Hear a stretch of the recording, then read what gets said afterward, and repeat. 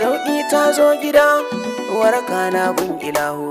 Maganin hajiya Nafisa, Marasa lafiya zan so a shashe. domin Allah shi ke da sauki. Baiwa Allah ya ba Nafisa da yardar Allah za a warke.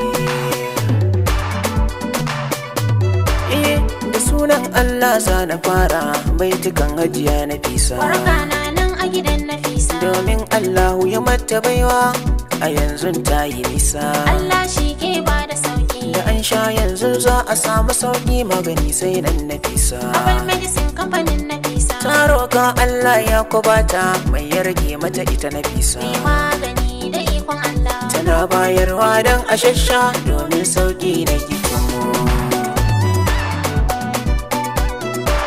Al'umma sai kuma garzaya mu nemo lafiya don jikinmu. Waraka na nan a gidan Nafisa, Mata da maza samkar mu zauna lafiya jarin jikinmu. Allah shi ke ba da sauki. In mun zauna za mu ga zama da na sani za ta ishe mu. Abal medicine kamfanin Nafisa, Domin Allah ya ba mu maganin kowace cuta ta jikinmu. mai magani da ikon Allah. Ya Allahu ka ɗaukaka ta ka kare ta sharrin yan adawa.